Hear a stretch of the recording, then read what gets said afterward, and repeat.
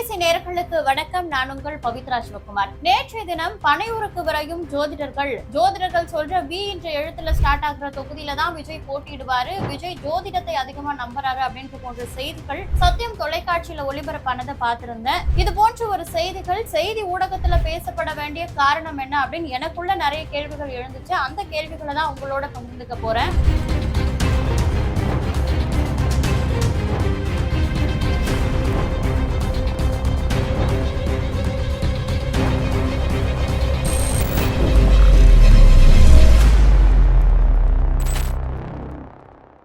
சத்தியம் தொலைக்காட்சியில நேத்து சண்முக சுந்தரன் அப்படின்னு சொல்ற தலைமை செய்தியாளர் ஒரு செய்தியை வெளியிட்டு இருந்தாரு. அது என்னன்னா, விஜய் போட்டியிடும் தொகுதி அப்படின்னு தலைப்பிட்ட அந்த செய்தியில விஜய் பனையூர்ல எந்த அளவுக்கு நிர்வாகிகள் அந்த பனையூர் அலுவலகம் பரபரப்பா இருக்கோ அதே அளவுக்கு ஜோதிடர்களோட வருகையும் இருக்குது. ஜோதிடர்கள் அதிகமா வந்துட்டு போயிட்டு இருக்காங்க. அவங்க சொல்லக்கூடியதை விஜய் முழுவதுமா நம்புறாரு.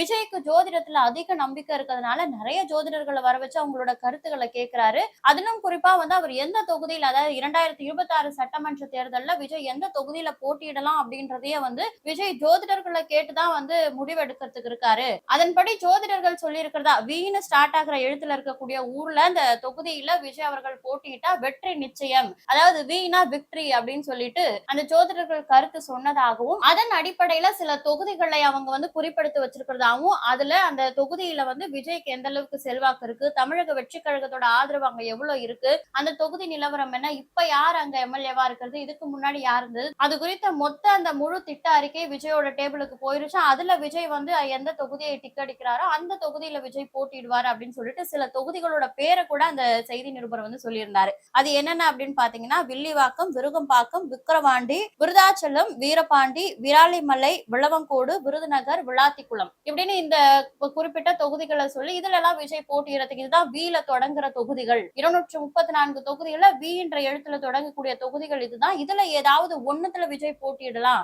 ஒண்ணு இல்ல 2 தொகுதிகள்ல அவர் போட்டியிடுறது கூட வாய்ப்பு இருக்கு. என்னன்னா, ஒரு தொகுதியில போட்டியிடலாமா இல்ல 2 தொகுதியில போட்டியிடலாம். அதாவது நம்ம ராகுல் காந்தி அவர்கள் கடந்த எலெக்ஷன்ல மக்களவை தேர்தல்ல 2 தொகுதியில போட்டிட்டு இருந்தாரு. அது போல இந்த தேர்தலில் விஜய் அவர்கள் 2 தொகுதியில போட்டியிடுறதுக்கான வாய்ப்புகள் கூட அதிகமா இருக்கு. ஏன்னா சில ஜோதிடர்கள் 2 தொகுதியிலும் போட்டியிடலாம்னா சொல்றாங்க. ஆனா அதையும் ஆலோசிச்சுட்டு இருக்காரு. அதனால 2 தொகுதிகள், இதுல ஏதாவது 2 தொகுதிகள்ல விஜய் போட்டியிடுறதுக்கு வாய்ப்பு இருக்குன்ற மாதிரி கூட அந்த செய்தி நிருபர் சொல்லியிருந்தாரு. இதுல குறிப்பா விக்கிரவாண்டி அவருடைய முதல் மாநாடு நடந்த இடம் என்பதால அந்த விக்கிரவாண்டியில போட்டியிடுறதுக்கான வாய்ப்புகள் இருக்கு அப்படின்னு சொல்லியிருந்தாரு. இதை கேட்கும் பொழுது நம்மளுக்கும் கூட என்ன தோணுச்சுன்னா, ஒருவேளை வி தொடங்குற எழுத்துன்னா விருதாச்சலம் கூட வீல தான் தொடங்குது. ஏன் விருதாச்சலம் சொல்றேன்னா, விஜய் அவர்கள் கட்சி தொடங்கினதுல இருந்தே விஜயகாந்த் அவர்களை ஃபாலோ பண்ணி நிறைய விஷயங்கள் பண்றதை நம்ம பாக்குறோம்.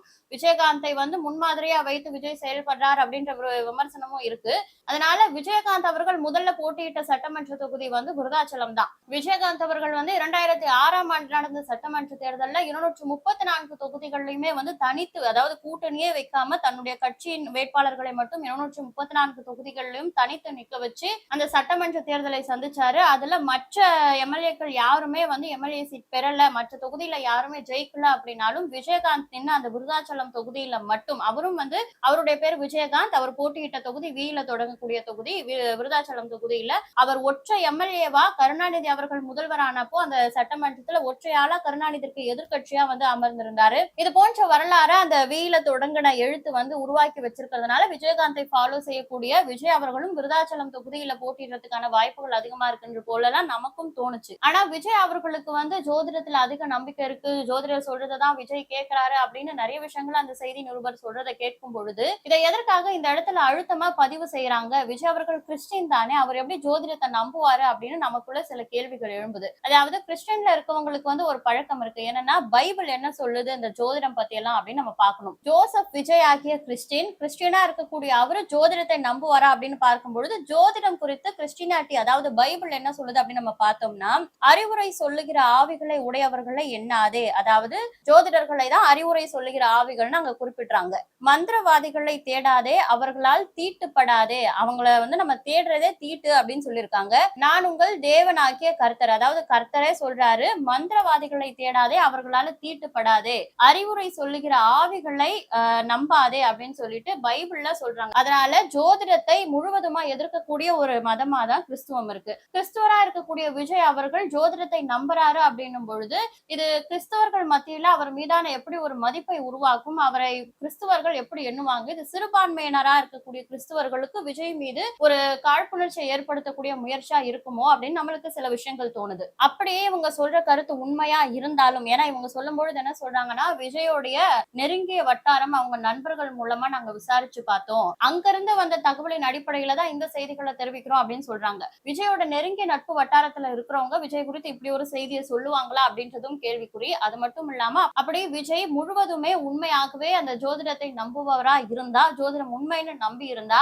கரூர்ல இந்த 41 உயிர்கள் பலியாக போகுது, கரூருக்கு போகாதீங்க அப்படின்னு எந்த ஜோதிடரும் தடுக்கலையா, கரூருக்கு போகும்பொழுது இல்ல அவர் எந்த ஜோதிடரோட ஆலோசனையும் கேட்கலையா அப்படின்ற ஒரு கேள்வி நமக்கு வரும். ஒருவேளை இவர் சொல்வதை போல அந்த ஜோதிடம் உண்மையா இருந்தா அந்த 41 உயிரிழப்புகளை தடுத்திருக்கலாம்ல. சோ விஜய் அவர்கள் வளர்ந்து வராங்க, தாவேக்கு கட்சி இரு பெரும் கட்சிகளா இருக்கக்கூடிய திராவிட கட்சிகளுக்கு மாற்ற ரொம்ப எளிதில் சீக்கிரமா வளர்ந்துட்டு வராங்க அப்படின்னு சொல்லிட்டு வளர்ச்சியை முடக்கும் விதத்துல பலரும் பல செயல்களை பல செய்திகளை வெளியிட்டு இருக்காங்க.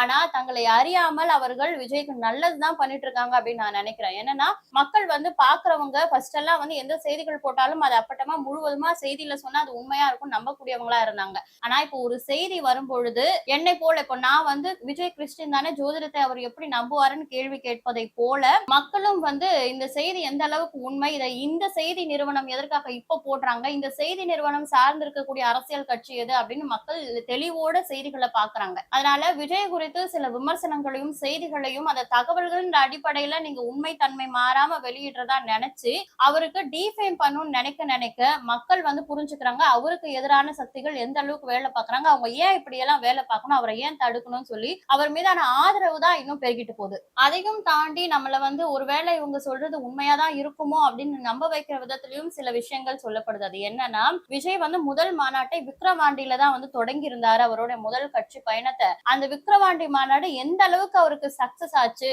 அந்த மாநாட்டிற்கு பிறகு அவர் கட்சியில எவ்வளவு பேர் இணைந்தாங்க, அது அவருக்கு எவ்வளவு பெரிய வெற்றியை தேடி தருது அப்படின்றது எல்லாருக்குமே தெரியும். சோ விக்கிரவாண்டியில தொடங்கிய விஜய் மாநாடு வெற்றியானதை போல வி என்னும் எழுத்தில் தொடங்கக்கூடிய விஜயோடைய தொகுதி வெற்றியை தான் கொடுக்கும் அப்படின்னு இந்த கருத்து பேசப்படுறதுனால ஒருவேளை இருக்குமோ அப்படின்னு நம்மளுக்கும் யோசிக்கதான் வைக்குது. ஜோதிடர்கள் சொல்றாங்க அப்படின்னு இத்தனை வீல தொடங்குற தொகுதியை செய்தியாளர்கள் எத்தனை செய்திகளா போட்டாலும் மக்கள் என்ன சொல்றாங்க அப்படின்னு பார்க்கும்பொழுது பெரும்பாலான மக்களுடைய கருத்து என்னவா இருக்குன்னா, சேப்பாக்கத்துல விஜய் அவர்கள் போட்டிட்டா நல்லா இருக்கும் அப்படின்றாங்க. எதனால அப்படின்னு பார்க்கும்பொழுது இந்த 2026 சட்டமன்ற தேர்தலில் திமுகவிற்கும் தாவேகாவிற்கும் தான் போட்டி அப்படின்னு விஜய் தொடர்ந்து அவருடைய முழக்கத்துல சொல்லிட்டு வராரு. திமுக அப்படின்னும் பொழுது திமுகவுல அடுத்த தலைவர் அப்படின்னு பார்க்கப்படுறது உதயநிதி ஸ்டாலின் அவர்கள் தான். அப்போ உதயநிதிக்கும் விஜய்க்குமான போட்டியா இது அப்படின்ற ஒரு விஷயம் கட்டமைக்கப்பட்டுட்டே வருது. ஏன்னா உதயநிதி அவர்களும் சினிமாவிலிருந்து அரசியலுக்கு வந்தவர், அவருடைய குடும்பம் அரசியல் பின்னணி கொண்டவங்களா இருந்தாலும் வலுவான அரசியல் வரலாறு இருந்தாலும் இவருடைய அந்த பேக்ரவுண்ட் என்னன்னு பார்க்கும்பொழுது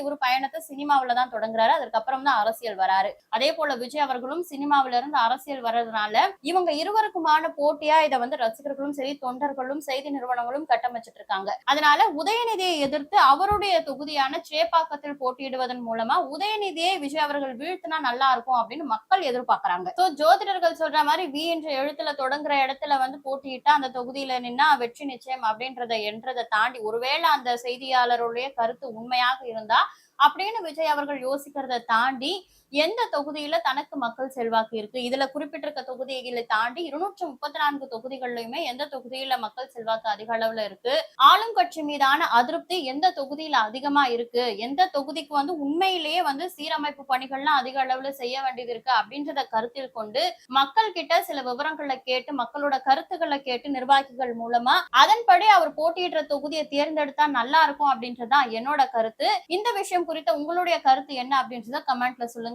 இதே போன்று மற்றொரு பதிவில் சந்திக்கிறேன். அதுவரை உங்களிடமிருந்து விடை பெறுவது நான் உங்கள் பவித்ரா சிவகுமார்.